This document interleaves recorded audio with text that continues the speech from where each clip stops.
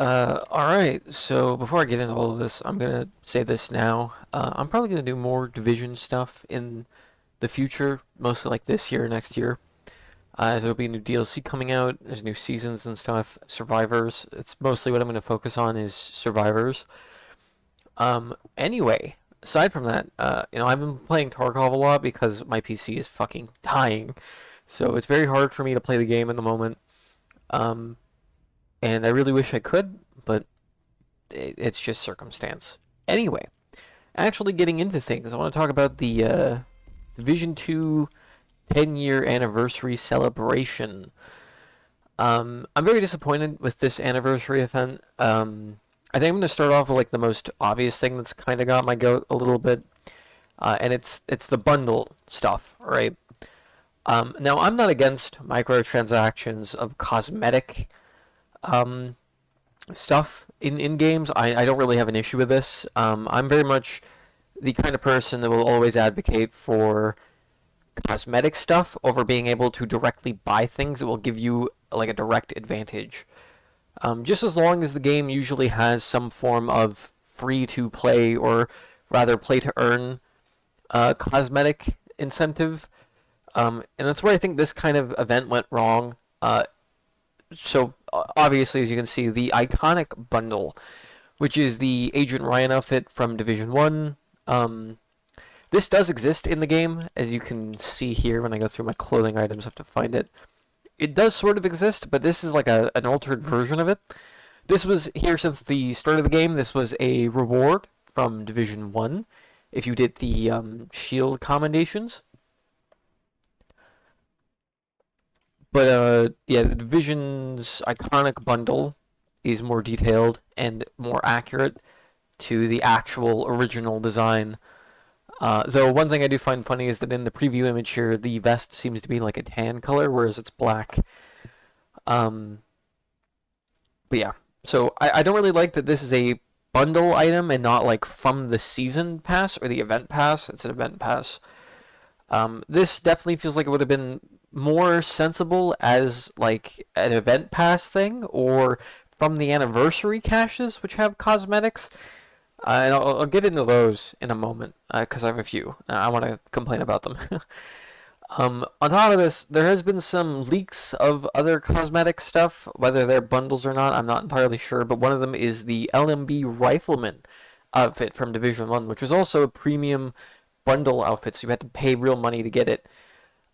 That's coming back as a bundle, it seems, which I don't really like. That should definitely be in the event pass, like 100%. If we're just going to directly port Division 1 assets, I definitely believe that they should not be paid items. I think that's really lazy and kind of scummy. And this is just one example. The iconic bundle is one example. The upcoming LMB outfit, whether or not that's a bundle, is another example. Assuming it is a bundle, it gets to my point. And if I go to the premium credit section here, if we look at this offer, we have the Shady Mask, which is the same mask of the same name from Division 1. It's the exact same asset. Yeah, I don't really understand why the things that should be in the event pass and realistically on the free track are paid items. Even if they were on the event pass and the paid event pass, I wouldn't have as big an issue with it as I do. Which leads me into the actual event pass. So this is 10 years of the Division specifically. And if we look at the event pass, it's all Rainbow Six Siege and Ghost Recon and Splinter Cell. This has nothing to do with the Division. There's not a single thing on this entire pass, barring the Alejandro, that is from the original Division game, or any kind of reference to the Division over the last 10 years. I really don't know what the thought process was behind all of this. It bothers me deeply. Especially because if I go into the store and I go into the apparel section, there's already Rainbow Six Siege crossovers. Why didn't we just do another round of these exclusively for the Rainbow Six stuff and for the Splinter Cell stuff and for the Ghost Recon stuff? Why did we put this in the event pass to celebrate 10 years of The Division specifically. Other than just being a Tom Clancy title, none of these things have anything to do with The Division. Like, at all. And it bothers me deeply. Anyway, now I get into the anniversary caches. These don't really have anything too unique in them. I don't think they have anything like the Lexington or any kind of like genuine rare item. Even though it says that it comes with rare named items, which usually implies like stuff like the Lexington, Turmoil, Quickstep, like the sought after name stuff. It doesn't have those, I believe. Seasonal exotic, typical exotic stuff. The Harrier backpack, which is in the track. The Big Alejandro, I've gotten a few of those from this. I don't know what special event exotics are. I would assume this would mean some of the raid exotics, question mark, but I don't know. They posted patch notes, and they kind of talked about the contents of these caches, but they didn't name everything in the caches, which is just weird. So I don't think we know full well what actually drops from these caches yet, which is super bizarre. But they do have cosmetics. I'm going to go over some of the gun skins you get. So you get stuff like this, the Night Stalker, or the Tendrils, or, and this is by far the worst one, the Monster. Now, these aren't universal weapon skins. These are exclusive to the specific guns that are named here, right, on the compatible list. Which I think is really stupid. These would have made more sense as being universal weapon skins, but whatever. It also leads me into realism mode. Realism mode came out.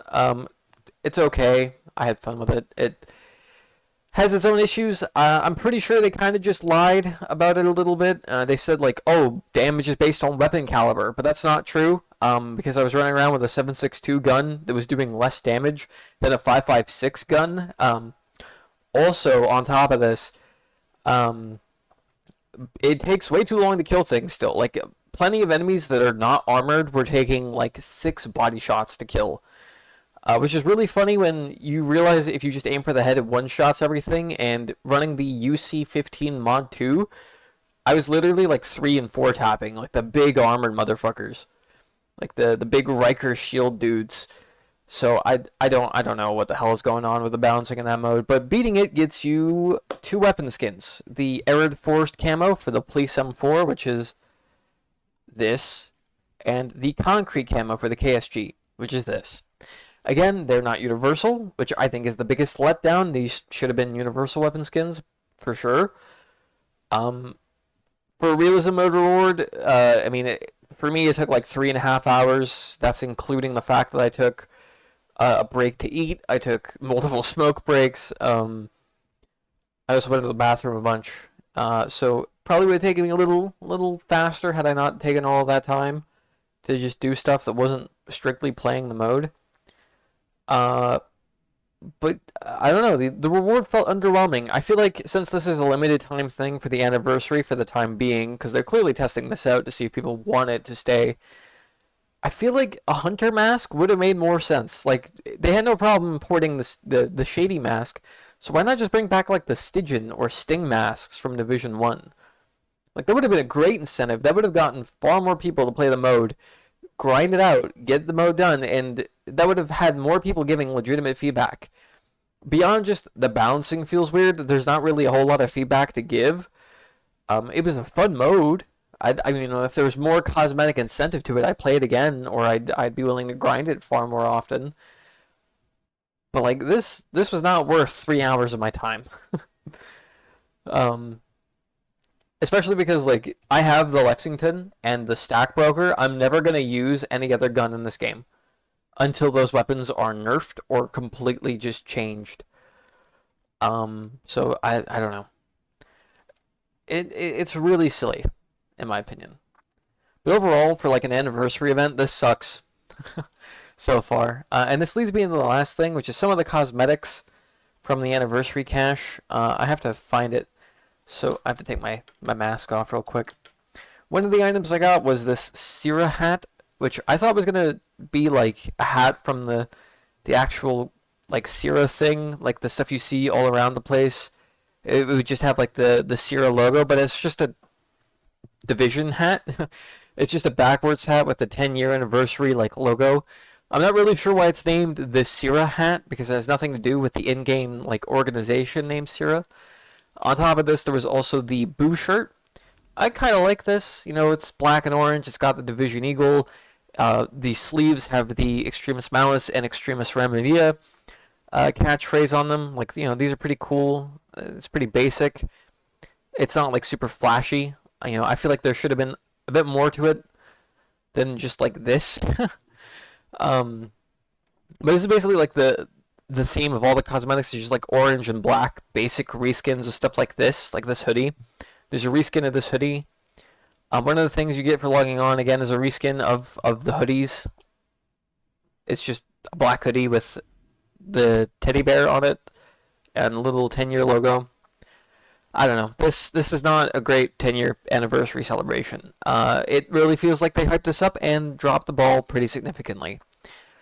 I'm more excited for the Central Park DLC and Survivors than I am about this.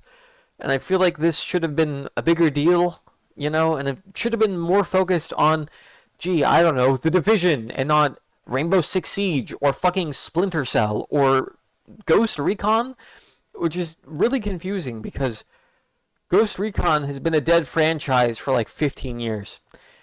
Or sorry, did I say Ghost Recon? Splinter Cell. Splinter Cell's been a dead franchise for 15 years.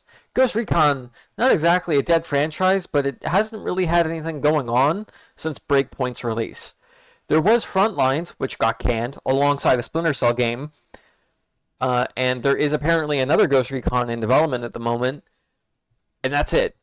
Splinter Cell was going to have a new game, and then they canned it for whatever reason.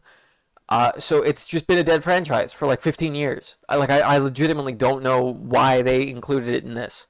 Like, there's nothing wrong with having collaborations or crossovers with other Tom Clancy titles, but for a 10-year celebration of The Division specifically, it feels really shitty to get nothing related to the first game, barring an exotic LMG, which, sure, it's strong. I'm not going to say it's a bad gun. It's ridiculous in this game.